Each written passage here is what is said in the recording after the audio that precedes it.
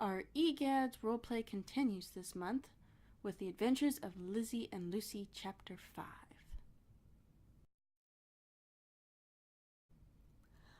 Lucy admired Lizzy's golden wings with their rainbow-colored hue and had to agree.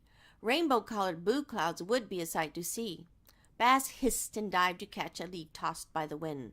Lucy quacked as Bass rubbed against her feathers, and she felt the tickle of Ghost's fur. A mission, she thought. Lucy could not decide whether she felt like prancing or hiding. Being excited was better. After all, she had her friend with her. This would be an adventure, and Lucy loved to explore. She looked at Samara's sandals and sighed. It would be nice to have a new pair of sandals to go adventuring in, though. Lizzy, are you excited?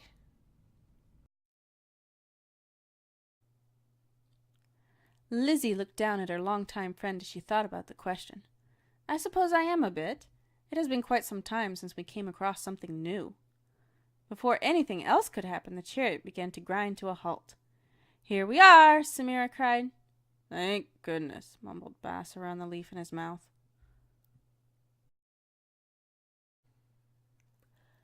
Goodbye, Lucy quacked as Bass jumped off the chariot. Samara smiled as she watched Bass float through the door. Goodbye, Bass. Bass turned his head while his tail waved in the wind. Goodbye and good luck.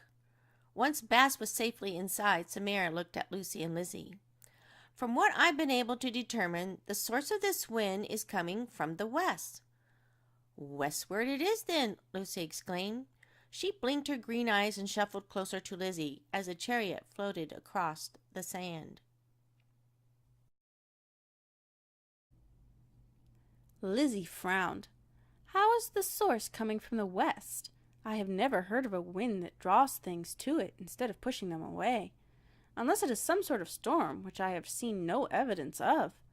Samira scowled. No storms that I've seen either, and I have no idea what could be causing the wind to draw things in. Lizzy hummed in thought before an idea came to her. Perhaps it has something to do with the shooting star I saw this morning. It looked like it was headed westward, and there was a loud boom after it vanished. I'm sure most ghosts were fast asleep when it happened. Lucy, did you see or hear anything? I was going to ask you earlier, but we got distracted.